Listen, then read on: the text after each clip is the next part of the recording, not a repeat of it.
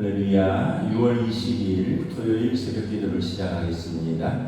사도신경으로 우리의 신앙을 고백합니다. 나는 전능하신 아버지 하나님 천지의 창조주를 믿습니다. 나는 그의 유일하신 아들 우리 주 예수 그리스도를 믿습니다. 그는 성령으로 잉태되어 동정녀 마리아에게서 나시고 본디오 빌라도에게 고난을 받아 십자가에 못 박혀 죽으시고 장사된 지 사흘 만에 죽은 자 가운데서 다시 살아나셨으며 하늘에 오르시어 전능하신 아버지 하나님 우편에 앉아 계시다가 거기로부터 살아있는 자와 죽은 자를 심판하러 오십니다. 나는 성령을 믿으며 거룩한 공교회와 성도의 교제와 죄를 용서받는 것과 몸의 부활과 영생을 믿습니다. 아멘. 찬송가 356장 찬양하시겠습니다. 찬송가 356장입니다.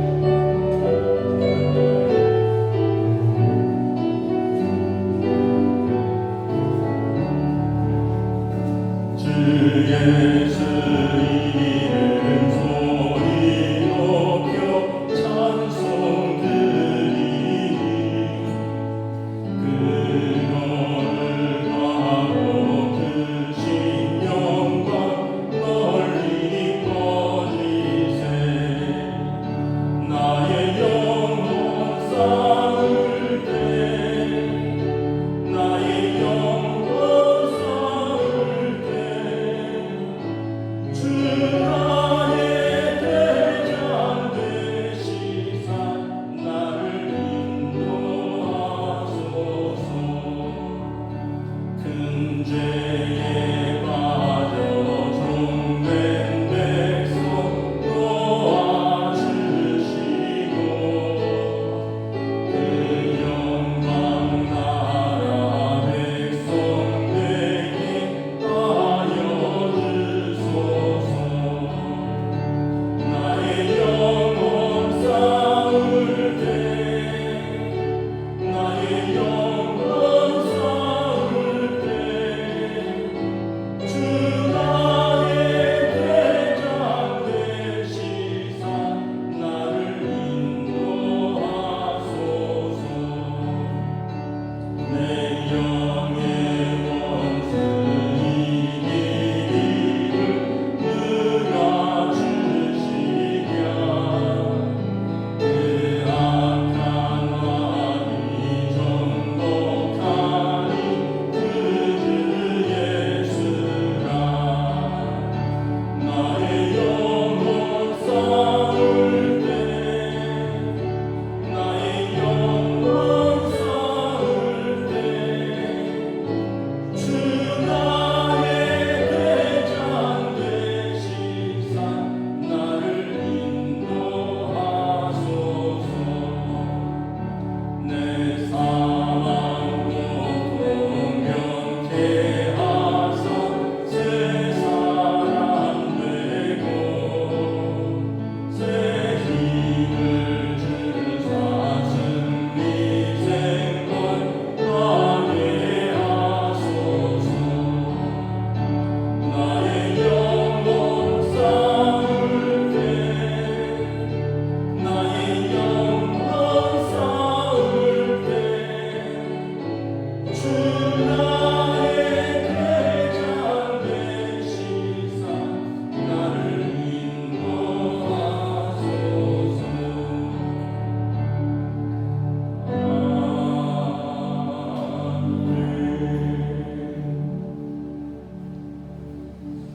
오늘 우리 주신 하나님 말씀은 신약성경 고린도전서 16장 13절에서 마지막 절까지 말씀 보도록 하겠습니다. 신약성경 285페이지 고린도전서 16장 13절에서 마지막 절까지 말씀입니다. 다 찾으신 줄 알고 저와 여러분들이 한 절씩 교도하도록 하겠습니다. 깨어 믿음에 굳게 서서 남자답게 강건하라. 너희 모든 일을 사랑으로 행하라. 형제들아, 스데바나의 집은 곧 아가야의 첫 열매요 또 성도 섬기기로 작정한 줄을 너희가 아는지라 내가 너희를 권하노니 이같이 사람들과 또 함께 일하며 수고하는 모든 사람에게 순종하라. 내가 스데바나와 부드나도와 아가이고가 온 것을 기뻐하노니 그들이 너희의 부족한 것을 채웠습니다. 그들이 나와 너희 마음을 시원하게 하였으니 그러므로 너희는 이런 사람들을 알아주라. 아시아의 교회들이 너희에게 무난하고 아굴라와 브리스가와 그 집에 있는 교회가 주 안에서 너희에게 간절히 무난하고 모든 형제도 너희에게 무난하니 너희는 거룩하게 입맞춤으로 서로 무난하라. 나 바울은 친필로 너희에게 무난하노니 만일 누구든지 주를 사랑하지 아니하면 저주를 받을지어다. 우리 주여 오시옵소서. 주 예수 그리스도의 은혜가 너희와 함께하고 나의 사랑이 그리스도 예수 안에서 너희 무리와 함께할지어다. 아멘. 네, 할렐루야. 토요새벽 기도에 나오신 우리 성도들을 주님의 이름으로 환영하고 축복합니다. 서로 한번 인사하겠습니다. 한 주간 평안하셨습니까? 예. 여름비가 시원하게 좀 더위를 식히는 여름비가 시원하게 오고 있습니다. 고린도전서 이제 16장을 마치는데 고린도 교회는 바울 사도가 개척한 그러니까 고린도 지역에 있는 교회인데 그 교회에 주는 목회 서신입니다. 첫 번째 편지라고 했죠. 후서는 두 번째 편지고 고린도 지역은 이제 그 그리스 남부 지역을 고린도 지역이라고 하고요. 북부 지역을 마게도냐 지역이라고 합니다. 그래서 이 고린도 교회가 이제 고린도전서를 쭉 읽어보면 은사도 많고 믿음도 좋고 아주 뜨겁고 열정적이고 자랑거리도 많았지만 또 교회 안에 현실적인 여러 가지 문제들도 있었다. 일단은 혈기가 있어갖고 내 파로 당파가 나뉘어서 싸우고 분쟁하고 또 심지어 그런 일들로 세상 법정에 고소하고 바울 사도가 여기에 대해서 엄격하게 책망하고 있죠. 또 개인적인 어떤 도덕적인 문제들, 어떤 그 성적 방탕이나 타락 등 뭐 이런 것들에 대해서도 이제 권면을 하고 있습니다. 그러면서 이제 마지막 권면의 결론인데 이 17절에 보면 내가 스데바나와 부드나도와 아가이고가 온 것을 기뻐하노니 지금 바울 사도는 그 고린도 교회를 떠나서 에베소 교회에 있는데 이 세 분들이 와서 이제 고린도 교회의 여러 가지 어려움들을 설명하고 이제 바울에게 이 목회 편지를 받아가지고 돌아가는 것입니다. 그래서 그분들이 바울 사도에게 온 것을 내가 기뻐한다. 그리고 그들이 여러분들의 교회에 부족한 것을 이제 가서 채울 것이다. 이제 목회적인 서신을 통해서 교회가 좀 성숙하게 서기를 바란다. 이런 의미입니다. 그러면서 좀 많은 어떤 은사들에 대한 정리가 있었고 또 문제들에 대한 권면이 있었는데 사실은 좀 결론은 13절, 14절입니다. 우리 13절, 14절 우리 다시 한번 읽도록 하겠습니다. 시작. 깨어 믿음에 굳게 서서 남자답게 강건하라. 너희 모든 일을 사랑으로 행하라. 이게 이제 고린도 교회에 주는 결론이라고 보시면 되겠습니다. 먼저 깨어라 좀 나눠보면 깨어라. 헬라어 이제 원어적 의미는 정신 바짝 차려라 이런 의미가 있고요. 또 철학적 의미로는 현실을 자각하고 직시해라 이런 의미가 있고 신학적인 의미로는 그래서 기도해라 이런 얘기입니다. 그 문제가 있는데 그래서 정신 바짝 차리고 자각하고 또 이것을 직시하고 그러나 기도하라는 것입니다. 사람들이 이제 살아가면서 낙심하는 이유가 있습니다. 여러 가지 다양한 문제들을 만나는데 낙심하는 이유는 첫째는 나에게 닥친 이 문제가 세상에서 제일 큰 문제다, 이렇게 생각을 하는 거죠. 그러니까 좀 세상을 객관적으로 또 넓은 시각으로 볼 수 없으니까 이 문제가 세상에서 제일 큰 문제 같고, 그래서 좀 쓰러지고 낙심합니다. 동굴 뷰라고 그러잖아요. 동굴 안에 들어가서 보는 세상. 그 동굴만큼만, 동굴의 크기만큼만 보이는 거죠. 그래서 사실은 세상에는 많은 문제들이 있는데 우리는 동굴 안에 갇혀서 내가 보는, 내게 닥친 문제가 제일 큰 문제다, 이렇게 생각할 때 낙심하는 거죠. 또 두 번째는 왜 나에게 이런 일이 생기느냐, 남들은 다 문제 없고 편하고 잘 살고 행복한 것 같은데 왜 나에게만 이런 일이 일어나느냐. 그래서 남들이 위로하려고 하면 당신이 나에 대해서 뭘 안다고 그러느냐, 당신은 나보다 상황이 좋지 않느냐, 이러면서 또 낙심을 합니다. 또 세 번째는 이 문제는 시간이 지나도 변하지 않을 것이다. 내일도 모레도 계속해서 나를 괴롭게 할 것이다. 이런 생각에 눌려서 또 낙심하는 거죠. 그러니까 저도 청소년기에 그랬고, 또 여러분들도 어떤 부분과 어떤 시기와 어떤 문제에 있어서 그런 마음들이 있을 것입니다. 내게 닥친 문제가 제일 큰 문제다. 왜 나에게 이런 어려운 문제가 생기느냐. 그리고 이것은 나를 평생 괴롭게 할 것이다. 네, 여러분, 그런가요? 살다 보면 더 큰 문제도 많고요. 다른 사람들은 더 어려운 문제도 많이 있습니다. 헤아려서 새 것이 없습니다.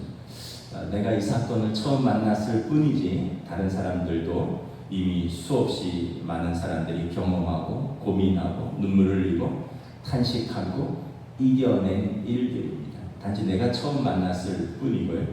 그리고 우리 항상 생각하는 것은 좋은 것이 항상 계속되는 것도 아니고 어려움도 항상 계속되는 것도 아닙니다. 인생은 좋은 일도 있고요, 어려운 일도 있고요. 계속되는 것은 없어요. 모든 것은 지나갑니다. 그래서 에베소의 야고보서의 야고보 사도께서 우리가 즐거워할 일이 있으면 찬송하고 고난 당하는 일이 있으면 기도해라. 우리는 찬송하고 기도하면서 견뎌내는 것입니다. 이게 여러분 깨어서 문제를 직시하는 것입니다.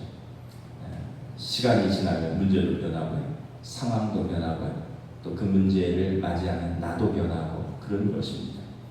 힘들지만 우리가 이 깨어서 그리고 이 상황을 정면으로 직시하고 또 기도하면서 이겨내야 되는 것입니다. 믿음에 굳게 서라라는 의미는 그래서 어떤 믿음으로 좀 해석하고 받아들이는 것을 말하는 것입니다. 산에 오르는 분들은 산에 오른 만큼 세상이 더 크게 보인다 그러잖아요. 중턱에 오른 분은 중턱에서 보는 시야가 있고, 또 능선의 대부분을 오른 분은 그 높이에서 보는 시야가 있고, 정상에 오른 분은 정상에서 보는 시각이 있습니다. 그래서 굉장히 올라가는 게 힘들지만 그래도 정상까지 땀 흘려서 올라가면 그래서 호연직이라고 그러나요? 시각이 확 트이고 마음이 넓어지면서 쫙 보이는 그런 그 맛에 이제 등산을 하는 거잖아요. 인생도 그런 것 같습니다. 우리가 어떤 문제를 만났을 때 그때의 시각이 있습니다. 그때 나이가 어리기도 하고 경험이 부족하기도 하고 믿음이 미성숙하기도 하고, 그래서 그때 보는 시야가 있고 해석이 있는데 좀 더 지나면 나이도 더 들고, 근데 꼭 나이가 더 들어서 시야가 넓어지는 것 같지는 않아요. 성숙해야 되는데 이게 믿음이 들어가야 되고 하나님의 마음으로 사건을 보고 해석할 수 있는 그런 능력이 생기는 거죠. 그래서 하나님께서 이 사건 속에서 나에 대한 뜻이 있구나, 나를 변화시키시고 또 이 일을 통해서 하나님께서 하시고자 하는 일이 있구나라고 깨달으면 새로운 관점이 생기는 거죠. 창세기에 보면 요셉이 그렇잖아요. 17세 아주 폭풍과 같은 일이 몰아치면서 형제들에게 배신당하고 죽을 뻔하다가 노예로 팔려가서 거기서 모함을 당하고 감옥에 갇히고 뭐 그랬지만 나중에 30살이 돼서 애굽의 총리가 되고 기근이 들고 그러면서 가족들이 다 자기 앞에 섰을 때 비로소 하나님께서 나를 이곳에 먼저 보내신 이유가 있구나. 나와 우리 집을 이 기근에서부터 그리고 온 백성을 자기 민족과 그리고 온 땅을 그 당시 이집트는 온 땅이었으니까 온 백성을 하나님께서 기근에서 건지려고 나를 부르시고 훈련시키신 하나님의 뜻이 있었구나. 그래서 요셉이 이제 해석이 되는 거죠. 하나님이 나와 당신들을 살리려 나를 앞서서 이곳에 보내셨나이다. 여러분 인생은 그래서 우리가 해석입니다. 해석. 믿음으로 해석하는 거죠. 믿음이 없으면 비관적으로 해석할 수도 있고요. 또 어떤 면에서 보면 참 세상에 대해서 사람들에 대해서 안 좋은 시각밖에 없을 수 있습니다. 근데 우리가 하나님을 바라보면 하나님의 시각으로 문제가 새롭게 보이고 하나님의 마음을 우리에게 부어주시면 또 우리가 그 어려움 속에서도 요셉처럼 또 새로운 마음과 시각으로 문제를 또 삶을 대할 수 있는 것이죠. 이 믿음이 굳게 서는 것이죠. 그리고 남자답게 강건하라. 여자는 강건하지 않다는 이런 의미가 아니라 어떤 의미에서 보면 이제 이거는 좀 어린아이처럼이 아니라 성인 남자처럼 좀 성숙하고 책임을 감당할 줄 아는 사람이 되라라는 뜻입니다. 여러분 미숙한 사람들의 특징이 뭔가요? 책임을 감당하려고 하지 않는 겁니다. 왜 이걸 내가 해야 돼? 나 이거 안 할래. 그 미숙한 사람들은 책임에 대한 책임감이 별로 없어요. 아이들이 어릴 때 그러잖아요. 엄마도 와서 쓰레기 좀 버려라. 엄마도 와서 청소 좀 해라. 이러면 왜 내가 이거 해야 돼? 형은 뭐하고, 아빠는 뭐하고, 동생은 뭐하고. 근데 이제 아이들이 이제 좀 크면서 어느 날 보면은 알아서 설거지도 막 하는 아이도 있고, 알아서 청소도 하는 거. 왜냐하면 이제 자기 시각에서 보이는 게 있는 거죠. 나도 좀 감당해야 되는 책임이 있구나. 우리도 마찬가지입니다. 성도들도 또 우리가 어떤 문제가 생길 때 책임을 지려 하지 않고 도피하고 누군가를 원망하고 핑계대고 이런 것은 성인이 되어도 이러면은 참 미성숙한 사람입니다. 이런 가족이 있으면 다른 사람이 짐을 더 져야 되고요. 또 성도들도 마찬가지입니다. 각자의 직분과 각자의 또 책임이 감당해야 될 책임이 있는데 자기의 책임을 방기하고 이러면 또 누군가가 그 책임을 더 져야 되는 것이죠. 그래서 남자답게 강건하라 이런 말씀은 성숙하여 또 좀 책임 있는 그런 모습을 보이라라는 것입니다. 그래서 이 고린도 교회에 주는 어떤 바울 사도의 권면은 이거예요. 힘을 내라.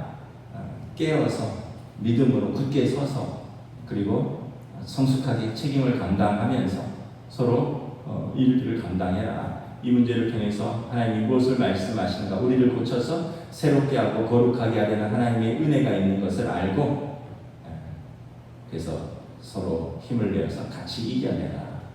이게 고린도 교회에 주는 깨어 믿음을 굳게 서서 남자답게 강건하라라는 의미입니다. 또 저와 여러분들에게 또 주시는 의미이기도 합니다. 그런데 이르려면 14절에 너희 모든 일을 사랑으로 행하라 라는 것입니다.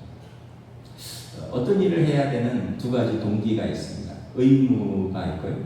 그리고 사랑입니다. 의무는 안 하면 안 되니까 어쩔 수 없이 하는 겁니다.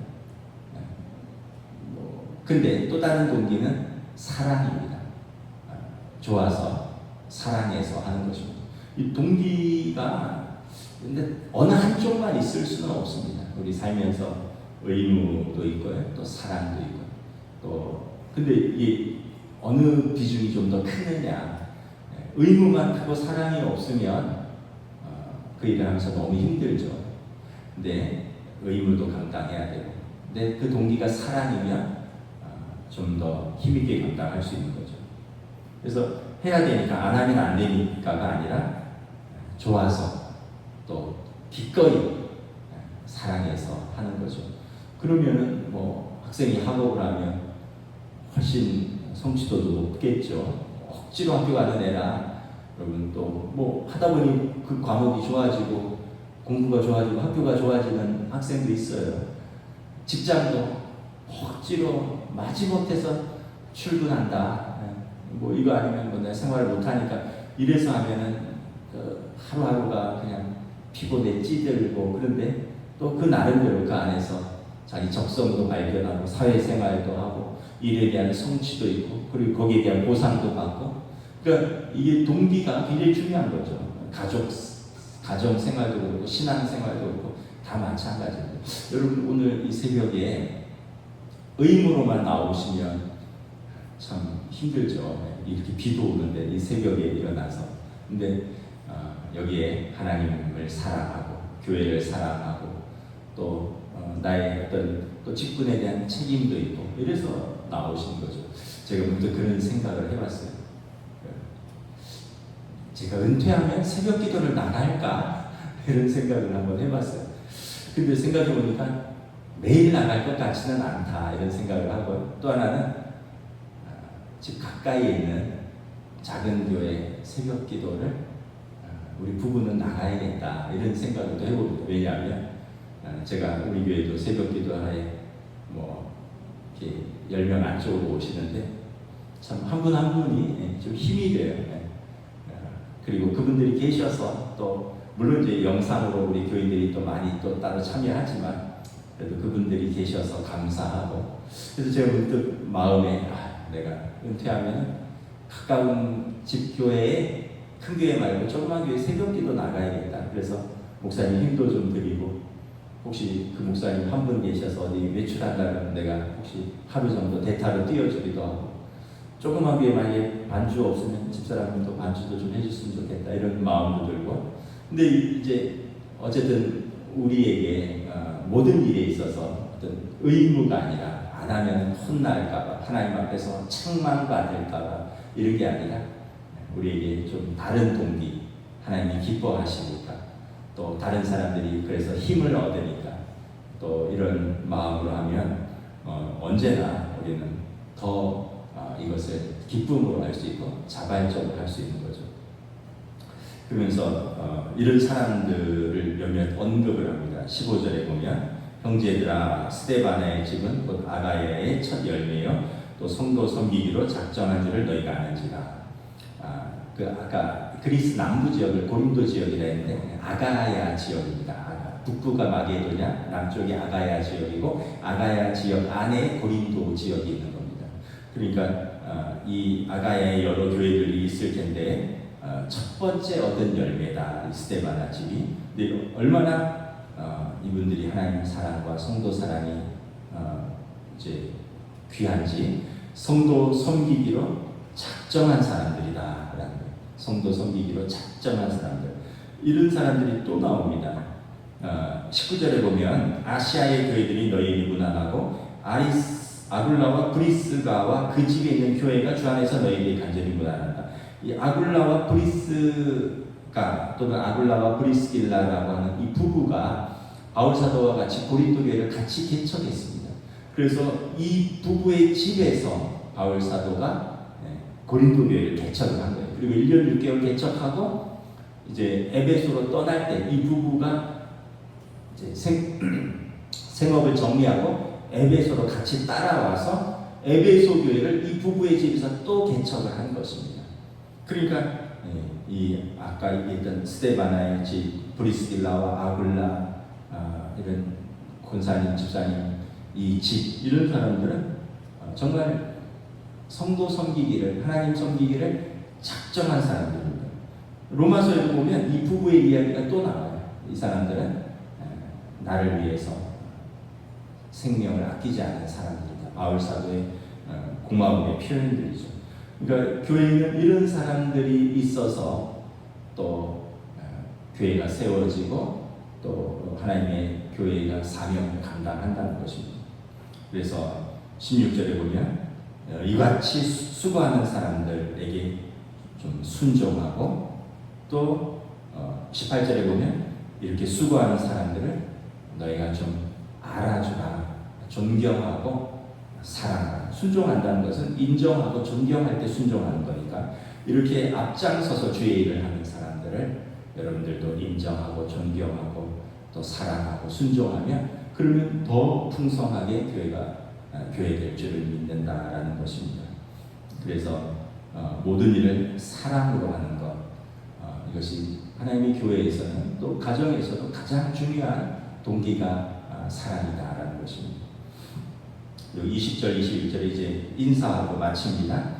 모든 형제에 대한 너희에게 무난합니다. 거룩하게 임하심으로 서로 무난합니다. 21절에 바울은 나는 편지지만 친필로 여러분에게 무난합니다. 바울은 이제 마지막에 눈이 나빠서 글을 직접 못 썼어요. 그래서 로마서에도 보면 더디오라는 사람이 대피를 하고 거의 모든 서신을 바울이 불러주고 대피를 하는데 이 부분은 내가 여러분에게 무난합니다. 이 부분은 내 친필이라는 거예요. 갈라디아에서에 보면 막 그 할례와 율법 뭐 이런 걸로 막 논쟁이 있는데 바울 사도가 이런 일로 나를 더 이상하지 마라. 내가 이렇게 큰 글자로 쓰노니 내 몸에 예수의 흔적을 가져노라. 그 부분은 바울이 직접 씁니다. 그러니까 큰 글자는 눈이 안 좋으니까 자기가 대피라는 사람 말고 자기가 직접 쓰는데 내 몸에 예수의 흔적을 가져노라. 할례나 무할례가 이런 게 중요한 게 아니다. 그 부분을 쓸 때는 직접 썼다라는 것을 알 수 있습니다.